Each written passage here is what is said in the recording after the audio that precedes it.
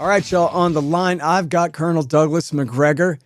Of course, he's the hero of the great big tank battle of Iraq War I in 1991, and he wrote The Margin of Victory. And happy to have you back on the show. Colonel, how you doing?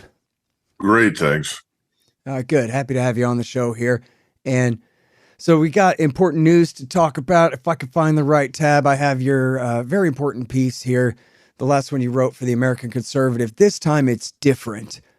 And it's about, well, how we've essentially had our soldiers and Marines patrolling Pashtuns in Paktika for the last 20 years. And seemingly the likes of Biden think that that's what war is like. And those wars have been absolutely horrible for the Iraqis, the Afghans, and the Americans fighting them too. But this is an altogether different type of war. And it is so far removed. It's 7,000 miles from America's easternmost point. And so, we're still very far removed from it. And I think the reality of the war has not really sunk into the American people or even to the American leadership, other than in talking point format that look how cruel the Russians are, which there's some truth to that. But this is a total war going on over there in East Ukraine right now, huh? Well, the other thing is the potential for this thing to widen and ultimately draw us in, thanks to this administration, is enormous. Yeah. And if we're drawn into this conflict in any way, whether it is just on the high-end conventional side or, God forbid, worse and escalates to the nuclear level, it will be devastating for us. And Americans need to understand that this will be unlike anything they've experienced, because, frankly, those other wars that you mentioned were in the realm of colonial conflicts, what we normally refer to as low-intensity conflict. It's not the best label, because if you're being shot at, there's nothing low-intensity about it. But nevertheless, it's a huge difference. And the tens of thousands of casualties, tens of thousands of dead should frighten Americans. And right now, they're not paying that much attention, and they could easily be drawn into this by the Biden administration. Mm-hmm. Well, now, so for the war in the East itself, what could you compare it to in recent history? Maybe the Iran-Iraq war, something like that? Well, if you imagine, if you go back to Vietnam, we lost 58,000 men killed over the space of nearly 10 years. And within the last 12 months, we now estimate that close to 200,000 Ukrainian soldiers have been killed. And there are 300,000 to 400,000 Ukrainian casualties. And more than half of those casualties involve injuries that are so severe these men will never return to duty. And then you have to look at the Russian side. We estimate now 70,000 to 80,000 casualties and 20,000 to 25,000 dead. Now, the reason they're so disproportionate is that 75% of the losses on the Ukrainian side involve losses to artillery, missiles, rockets, drones, in other words, standoff attack weapons. And the Russians outnumber those weapons that the Ukrainians have by 10 to 1. So tens of thousands of artillery rounds are falling on human beings virtually every day across eastern Ukraine. And it's no wonder that the southern Ukrainian defense is crumbling and their casualties are mounting. And they have no way to stay there with any certainty and survive. So I think you're going to see a massive exodus north and west out of the Donbass, which, of course, is what the Russians want. But until Zelensky gives the order, thousands more will die needlessly in places like Bakhmut or Kupiansk or any number of different places. Mm-hmm. All right, now then again, they do have the home field advantage. They've got American weapons, and we're a year into this war, and they have held the Russians at not just the Donbass, but the eastern part of the Donbass. They haven't, the lines obviously are, somewhat fluid, but the Russians aren't occupying too much more territory than the pro-Russian rebels were before the war broke out at this point, right? Well, other than, I guess I should say, the land bridge in the south to Crimea, of course. Well, the Russians occupy 22 to 23% of the country. They're sitting on top of all the nation's industry and, frankly, 90+% of its gross domestic product. In other words, everything that produces income for Ukraine that's of any real significance is currently under Russian control. That's not really surprising because most of the people that lived there to begin with are Russians.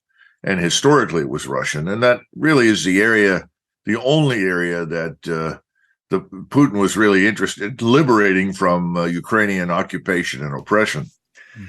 But I think we need to understand something that when the Russians went in to begin with, they went in with a relatively small force on the assumption that demonstrating the seriousness with which they took what happened in Ukraine, their legitimate security interests, that we would respond with negotiations.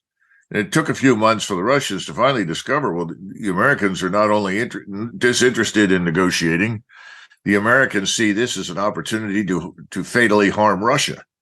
So the Russians went back, re-examined their options, and decided that they had to go to war. And it's taken them several months to prepare for what you call total war. I wouldn't go that far. I would just say high-end conventional war.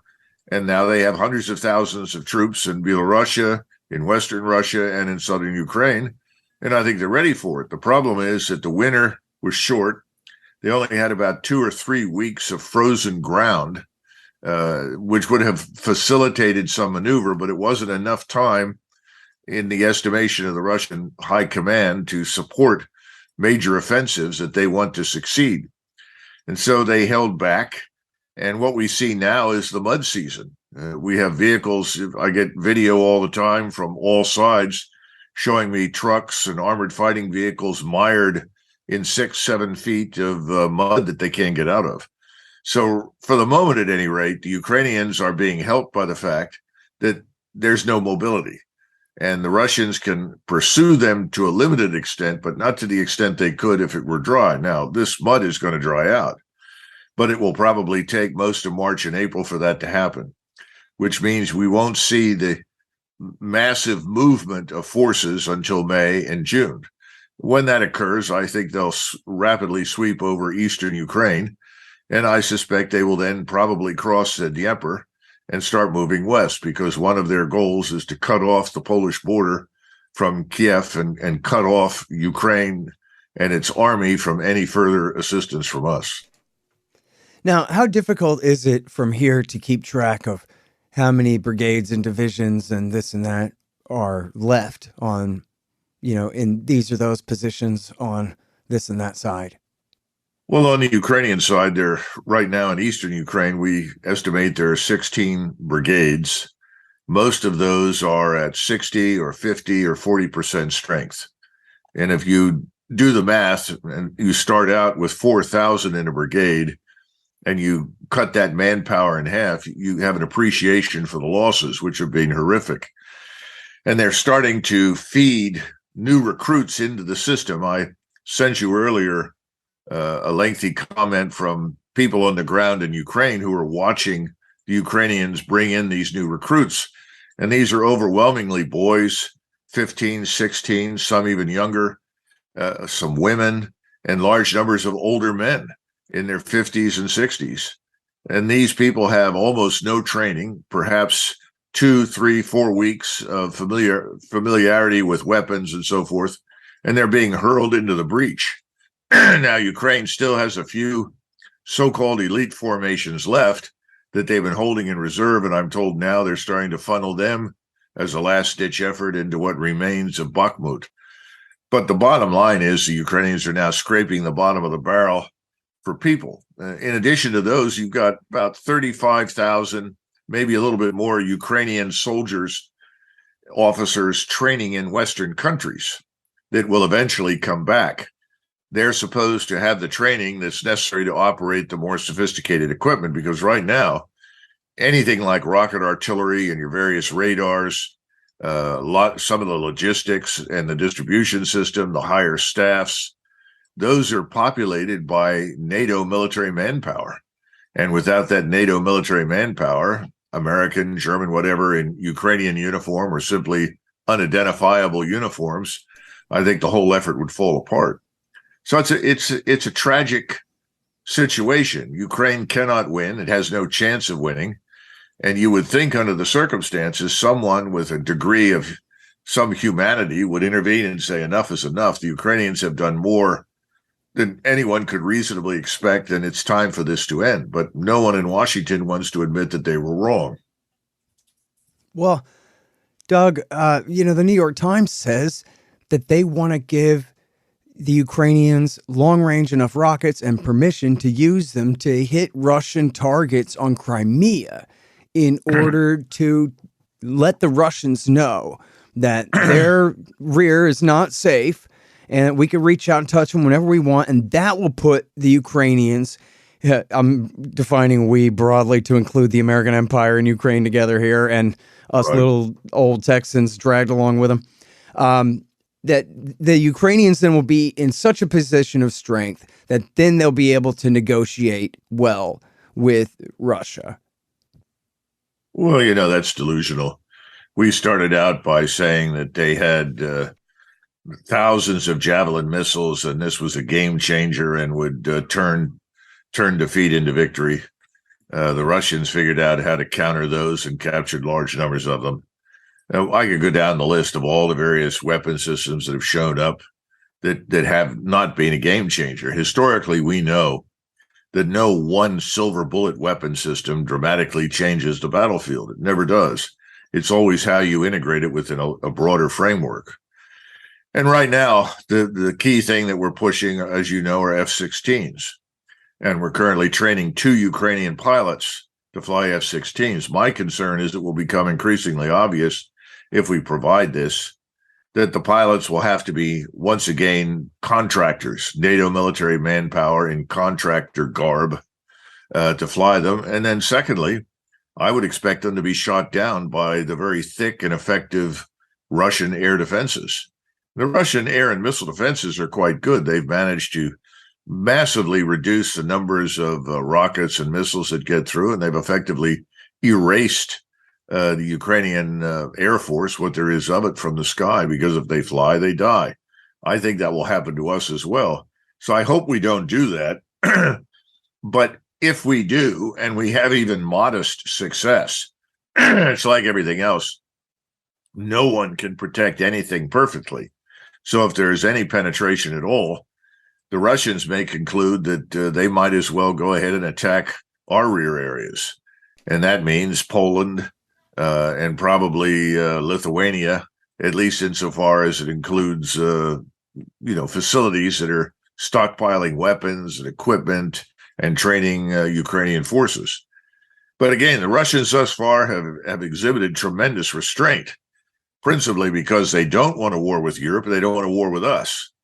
And I'm not sure they need to do that to win. But we ought to understand that, if you do certain things and you think you can do it with impunity, you're nearly always wrong. There are other ways for your opponent to respond. And things are not good in NATO. NATO is deeply divided behind the scenes. People are very unhappy with what's happened. Many people think they've been betrayed by us because we've led them down this garden path. We promised them Ukrainian victory, and they know that's never going to happen. And they now have in front of them something they haven't seen for 30 years, which is an enormous and powerful Russian army and air force, because Putin and his friends have built in a very short period of time this enormous force, which they plan to increase to 1.5 million. Right now, it's over 800,000, and focused on Ukraine, 600 to 700,000. So I think the Europeans want to put an end to this. They just haven't figured out how to do it without upsetting their relationship with us. Yeah.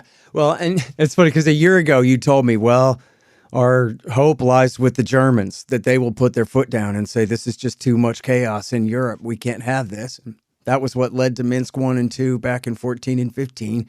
And It hadn't been enough pressure on them yet, which is just amazing. I guess they've been subsidizing everybody's energy costs, right, and helping to relieve that political pressure. But that's a stopgap measure, right? They got to print that money or borrow it from somebody to pay for all that. Well, I think that's true, except that I would point out that Scholz, at least if you look at the polls in Germany, is in real trouble. There's almost an overwhelming majority, and I'm talking about 70-80% of the population that thinks that his foreign minister, this Annalena Baerbock, should be removed. And she's sort of the Americanized German who runs around wagging her finger and fist at the Russians for being bad, for not respecting whatever she thinks is appropriate and deserving the worst. She's the one that announced that Europe and Germany were at war with Russia, which deeply troubled and upset the German population, which has absolutely no interest in being at war with anybody.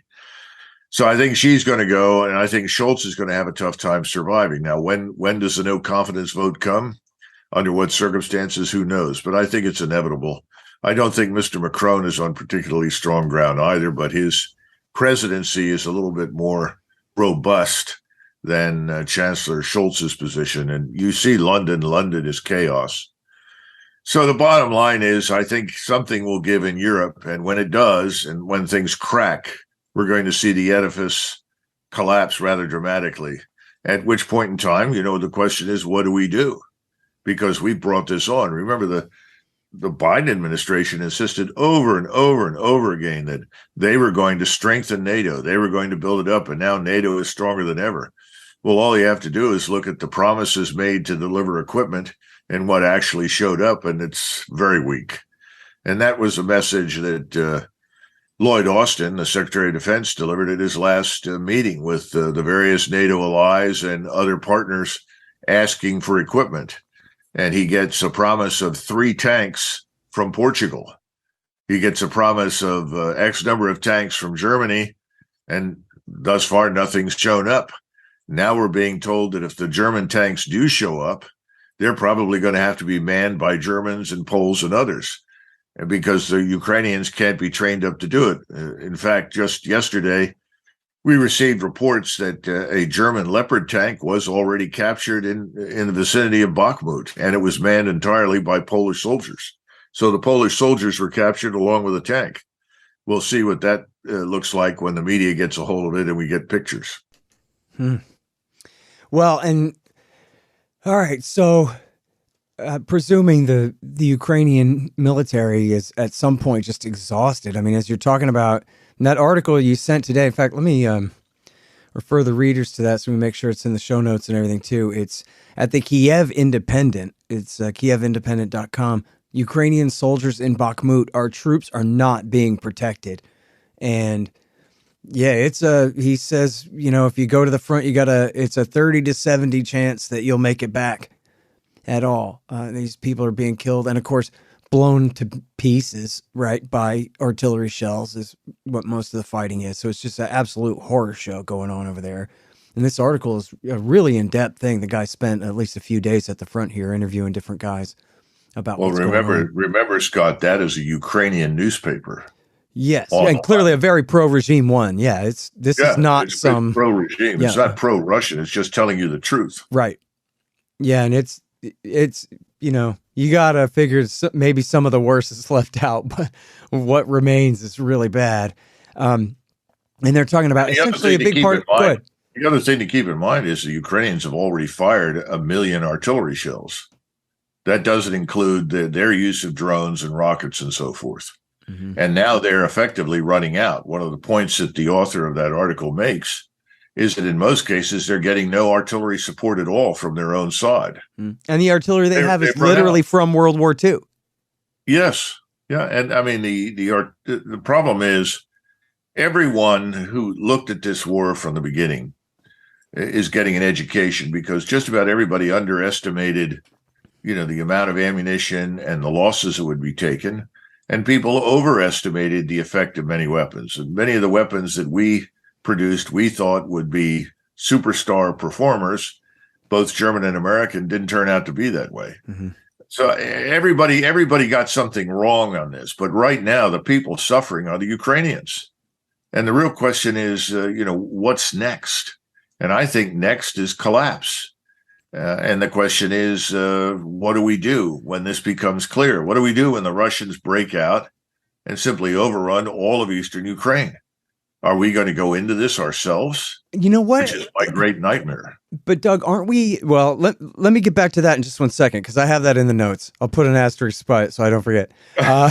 But go back 1 year. I mean, I think we're fighting Plan B right now, because Plan A I was just reading one this morning from the Washington Post from last March that, well, the Ukrainians have done pretty good in blunting the Russians' advance, but everyone here in D.C. and at the Pentagon expects that Kiev will fall within a few weeks or so. And then we'll go back to Plan A, which was backing an insurgency, as they talked about in December 21 and January and February 22 in, I don't know, 15 different press releases and statements here and there that we're going to replicate Afghanistan. Just a few months after finally losing Afghanistan themselves, after, supposedly taming the blowback from the last time they did this to the Russians in Afghanistan, they said, this is the model. This is what we're going to do. We're going to give them javelins and all this, but we're going to be backing essentially the Azov battalion because the Ukrainian military, they expected to be completely smashed within the first, month or so. And so I wonder if that's the answer, that, when and if at some point the structure of the Ukrainian state and its military forces east of the river finally are just broken, then that's fine. Then they just go right back to hiring Right Sector and C-14 and Azov to go do, I don't know, suicide attacks, moderate rebel antics, stuff like that. Well, as we said earlier, everyone misjudged the situation, the Russians included. And what we have today is the result of everyone's misjudgment. We underestimated the Russians based on the first few weeks because the Russians deliberately went in there in pursuit of a very different set of goals and objectives than we imputed to them. All they were interested in was making the Minsk Accords actually work, to get Russians who were living in Ukraine equality before the law, and get the two breakaway republics the recognition they deserve as effectively Russian enclaves, and recognize the legitimacy of Russia's rule over Crimea. And then, neutrality for Ukraine, which I always felt would be a blessing. And indeed, I think it would be now, but unfortunately that didn't happen. Now, here we are a year later, and the Russians have said, okay, you want to wage war, we're going to wage war. And they built a force to do that, but they also have to confront the reality that the weather has to cooperate. And it took them until December to really get this force in place and trained. And when January came, they didn't get the level of freezing that they wanted that would support maneuver. And so they reverted to long-range attack and incremental moves in the south to consolidate control over the Donbass. When Bakhmut falls and the towns to their east of Bakhmut fall, that effectively is the end of the battle for the Donbass, which is what everybody wants because it's the income-producing area. So once that's over and you get a dry season finally and get past this muddy season, which is horrendous, then I think the movement begins. And how far will that go? Well, you just said something that's very important.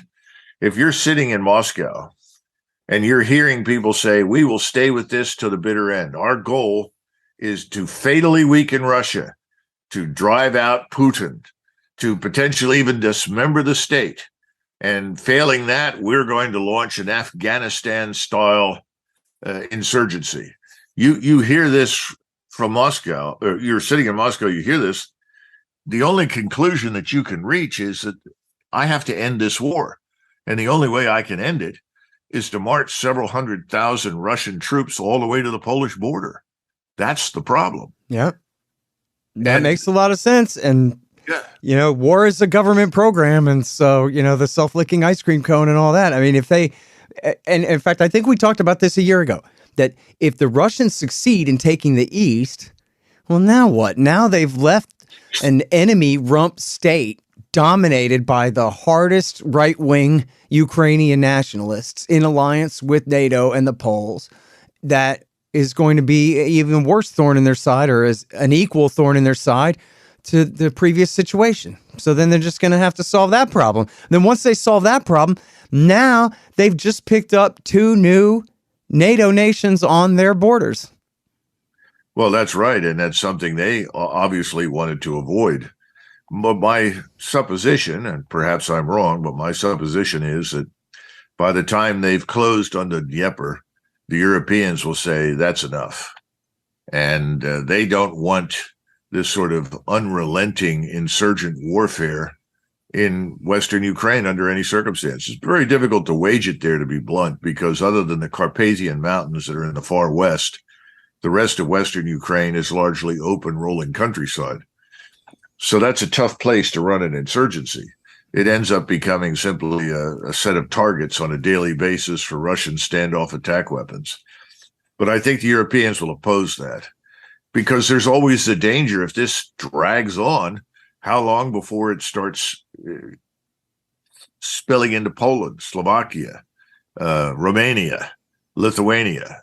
And the Russians aren't interested in that. They don't want it to go on. The Europeans don't want it to go on. Of course, there's always the outside possibility that someone in Washington, D.C. wakes up and smells the coffee. Mm-hmm. I think that is possible, because now I'm beginning to detect this new groundswell to justify enormous defense spending by talking about the looming China threat.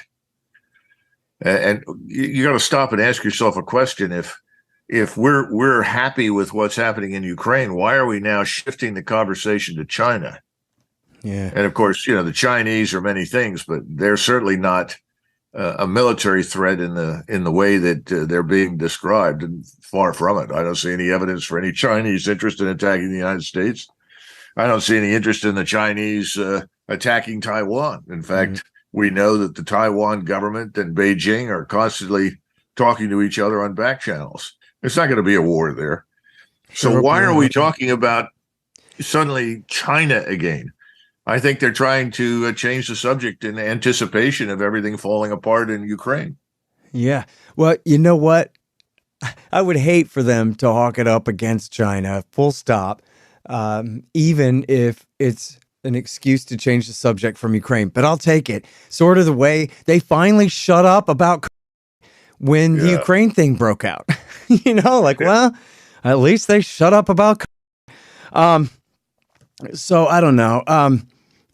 And let's get back to China in a minute, because I'm interested in your takes on that. It's really important stuff. But on the question of the presumed sooner or later, medium-term future here, loss of the Ukrainian military, and then the choice being either, we discussed the possibility of an insurgency, and then, as you're saying, the Russians will need to take the whole west of the country if we do them like that, and the Europeans are going to want to stop. What about the other option that you brought up a couple times now, which is what John Mearsheimer warned about last summer, which is that he thinks that Biden and his people are so committed to their rhetoric about making sure that this works that they will escalate. They'll use the U.S. Navy, they'll send in the Marines, they'll do something crazy and turn this into a real war between America and Russia. Now, I guess changing the subject to China is one way out of that, but do you think that is a real worry?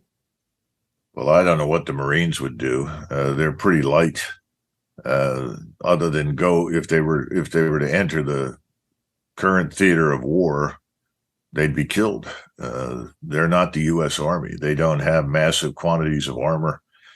In fact, the U.S. Army isn't the U.S. Army anymore. I think we'd be lucky to get 50,000 combat troops on the ground for any length of time out of this army of 450,000, 460,000. We just don't have that many people in the combat units with the right equipment. I don't think that happens. If you widen this to the use of the Navy, well, then surface vessels will be sunk in great quantities. The Russians rely heavily on their submarine fleet. And submarines are extremely difficult to deal with. We'd end up in some long and tiring exercise with our submarines attacking theirs or trying to find them. And then, of course, that would halt all transatlantic movement immediately. So that means you can't resupply anybody over there unless you use aircraft. And even then, I think that would be hazardous. The Russians may decide to shoot everything down that comes across the Atlantic. I'm not sure that's true. My own thinking is that they will try to change the subject as it becomes clear that this is a disaster. Yeah. What happened when Washington left Vietnam, which was clearly a disaster? Well, they stopped talking about it. Right. And the same thing happened when we left Afghanistan. Yeah, and Iraq too. Once the mainstream media stopped talking about it. When Ukraine is destroyed or in ruins, they probably won't say much about it. But I think NATO will split rather dramatically along many, many lines. There will be a push for talks with the Russians. It will have to be from new governments in places like Germany and Berlin. Russians aren't going to pay any attention to Scholz. And they certainly aren't going to pay attention to the Biden administration as long as it's around. So it'll have to be new governments in Europe. And then I think we'll just walk away and the focus will turn entirely to China, and which is crazy because, I hear people contact me and say, well, look at what the Chinese are doing to us with fentanyl. Well, the Chinese aren't doing anything to us with fentanyl. The Chinese are supplying the ingredients for fentanyl to the so-called drug cartels in Mexico, Central America, and the Caribbean.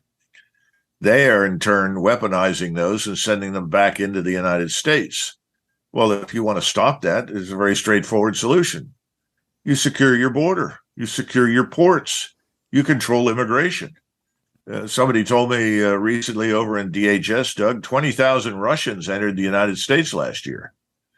Okay, where are they? What are they doing? I'm sure most of them are quite happy to be in the United States, but it would seem unlikely that out of that 20,000, there weren't several agents working for Moscow. Well, that Doug, doesn't even begin to address the thousands of Chinese that have been pouring into our country over those open borders. Where are they? No, what are they doing? Don't worry. You can trust the FBI counterintelligence division. They're not too busy framing the last president for treason. They'll take care of that.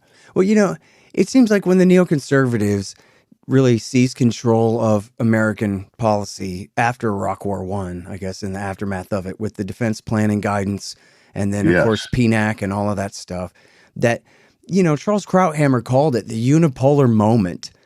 And they understood that now that the Soviet Union is out of the way, that we have this period of time, a generation, if we're lucky, to set the table on the planet exactly how we want it before, naturally, the rest of the world gets rich enough that their opinion will start to matter more. And so India and Brazil and China and Russia, again, eventually, they will have to have a seat at the table and it will look more like a multipolar world. The whole contest was to see how well America can set the structure of the thing up by the time those nations rise up to fill their place.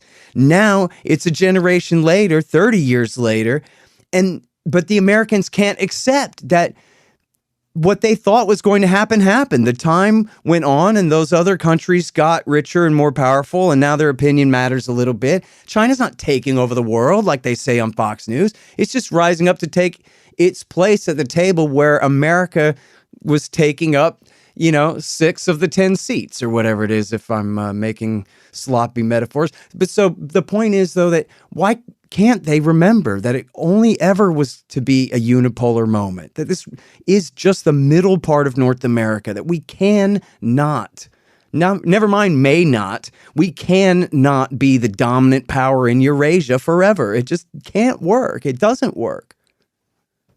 Well, I don't disagree with you. Obviously, I think you're right. But the problem is the neocons in particular believe in this notion, I think, of perpetual revolution and that America should be its instrument. And this is reminiscent of the Trotskyite Bolsheviks. Ultimately, Stalin dislodged them and expelled as many of them and killed as many of them as possible because they kept arguing for this internationalist position that would drag the Soviet Union into war with its neighbors. And his argument was, well, the first thing we need to do here in the Soviet Union is consolidate and build. We don't need war with the West or war with anyone.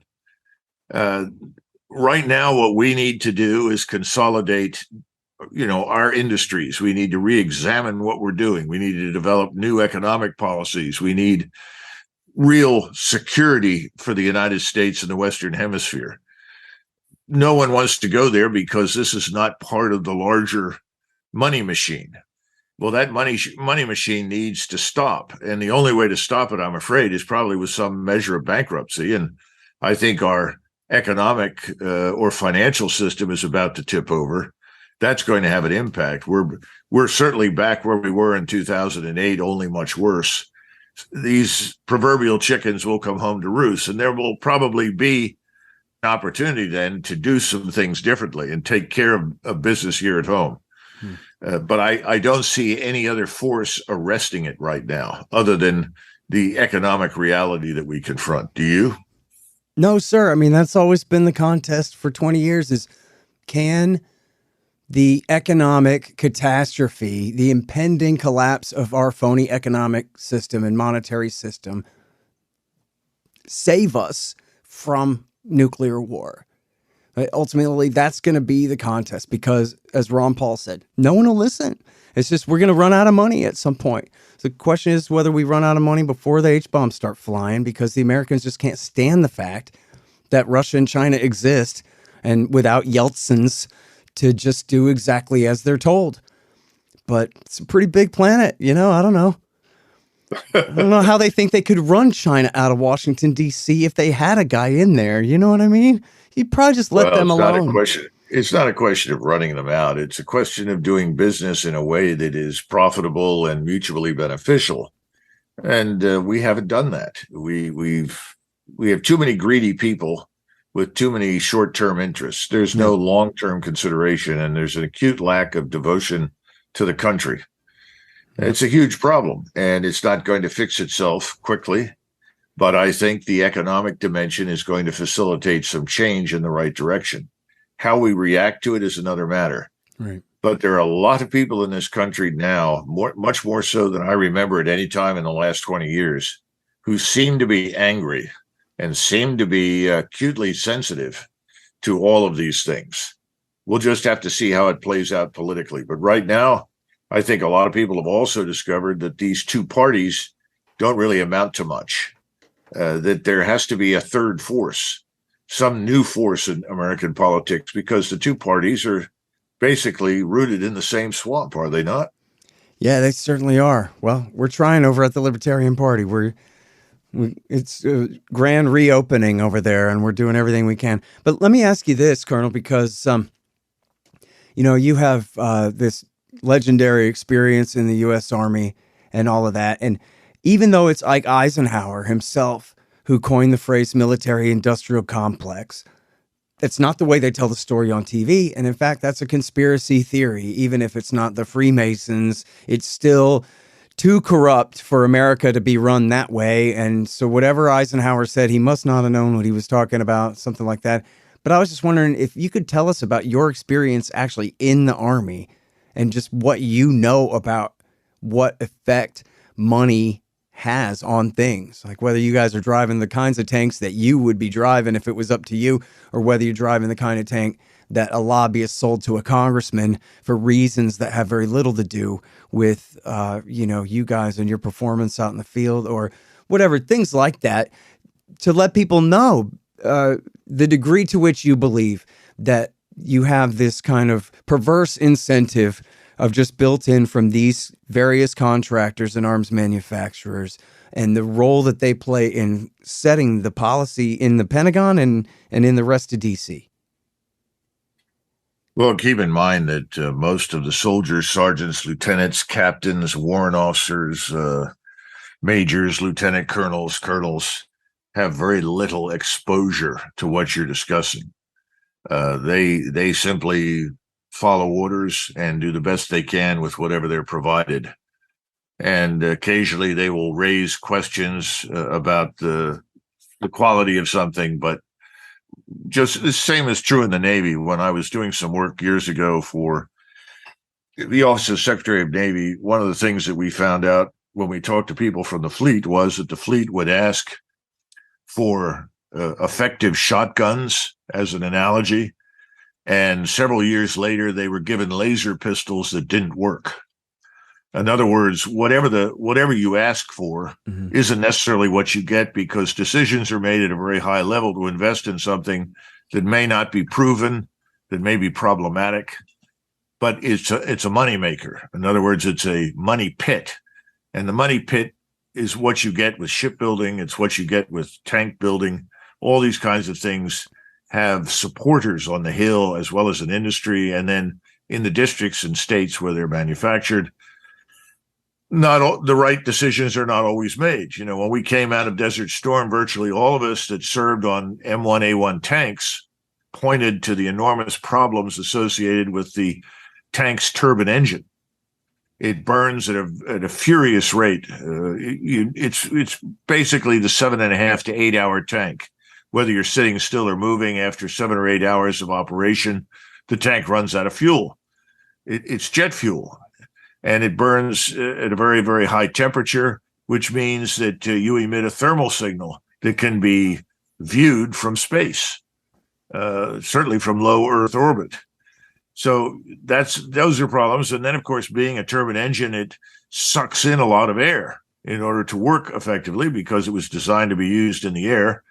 And that creates enormous problems for maintenance and fires and so forth. So we all said, get rid of it and replace it with a solid, high-performance diesel engine, much like the one that went into the Leopard tank, which is an excellent engine, very, very efficient, 1,500 plus horsepower. The Israelis use a version of it in their Merkava tanks. Well, nothing ever happened. We didn't change it. It's still there. Why? Well, someone has an interest in Washington, D.C. and keeping it that way. But it's not in the interests of warfighting. It's certainly not going to help us in the United States Army or whomever uses it. So I can't say much more other than to point out that the people that are on this runaway train tend to be politicians on the one hand, and 3- and 4-star generals and admirals on the other. Yeah. They exert enormous influence. And then you have the industries that build these things that step in and say, well, if you can't figure out what to build, we have to build something, or we can't keep everybody employed. So we'll build whatever we think is appropriate. I had people from various corporations tell me that over and over and over again. If the Navy can't figure out what it wants, well, we're going to build ships anyway. The hell with the Navy. The Navy will have to use whatever we build. Mm-hmm. It's a problem. So I think Eisenhower was right. And of course, he was in a different era and he was worried about it. But I don't think he even in his wildest imagination envisioned what we confront today. Yeah. And we're back to the original question. Will the economic downturn that we all agree is coming help us solve this problem? Yeah. I don't know. It depends an awful lot on who ultimately ends up in power in the midst of the chaos. We have no way of knowing who or what that will be. Yeah. Well, and you know what, too, like Ron Paul says, that ultimately, even in the Soviet Union, the people get the government that they deserve and demand. If people won't go along with it anymore, then it won't work. And it really is up to us. And even if we don't control exactly the levers of power, if we had a real consensus in this country among the hundreds of millions of us that we don't want to do this anymore, then they would have to stop. So well, that's true. And I think just to circle back a little bit to what's happening in Ukraine, mm-hmm. Today, the Russian population is overwhelmingly behind Vladimir Putin and his government. They are incensed at what we've tried to do to them in Ukraine, and they want blood. And we should be very grateful, ultimately, that Putin has exercised tremendous influence and restraint over these people. Because if the Russian populace was to have its way, Ukraine would probably go out of existence. They'd steamroller the place. That's how angry they are. And so you're right. Popular sentiment makes a difference. And it has made a huge difference in Russia. We need to be more sensitive to it than we are. But again, this is back to the original proposition. When you get chaos as a result of this coming economic downfall, mm-hmm. We will find out who is going to step in and who is going to lead. And the population will have a chance to either support or reject what they don't want, because they'll be interested. They'll be interested because they want to eat. They'll be interested because they want to heat their homes. They'll be interested because they want to drive their cars. Yeah. If you get my drift. Yeah, I think it is going to be like that. And look, it's clear absolutely that a huge part of our problem right now is that the Biden government is the Obama government, the people who did the coup of 2014, who started the war, and who can never take responsibility for any of it. So never even mind if it was Donald Trump up there or anyone like that, but just if it was some random Democrat governor from out west somewhere. I don't mean that horrible guy from California, but some guy you never heard of, but just some Democrat politician sitting in that chair. That would be one thing. But this is Biden and Sullivan and Blinken and Newland, the ones what got us into this mess in the first place. So it makes it really, difficult. So you're definitely right that, you know, it takes both sides, right? It takes the American people understanding what the problem is and being determined to do something about it. And then that thing being removing people like this from the decision making. Because, I mean, look at what they've got us in. I mean, people are talking about, and in fact, I'll let you go after you answer one last one here for me. You mentioned this earlier at the top of the show, and it has been brought up over and over again, the possibility that this could come to a nuclear war. That if you just have, one or two steps, it's not that slippery slope of a fallacy to say that within the space of a week or two, this thing could really escalate to war between NATO and Russia and even H-bombs. Well, I think it's possible, but unlikely, simply for the following reasons. First of all, the Russians want nothing to do with it, and they've made that pretty clear routinely by their actions as well as their words. They know under what circumstances something would happen, and it will not happen unless we attack them. And then secondly, I see no evidence that anyone at the top of the Defense Department, even though I think these are some of the least impressive people that we've had in the history of the United States, one thing I can say for them is that they very clearly don't want a war with Russia, and they absolutely have warned against the use of any nuclear weapon. I also think that Blinken understands the gravity of the situation when you involve nuclear weapons. Now, I can't vouch for the rest of the bunch. I don't know who calls the shots, Susan Rice, Samantha Powers, whoever. I don't know what they think. I don't know what the neocons that they're listening to think per se. But at least in those two instances, there's an understanding that what you just described is the ultimate nightmare, and it's one that we absolutely want to avoid. Mm-hmm.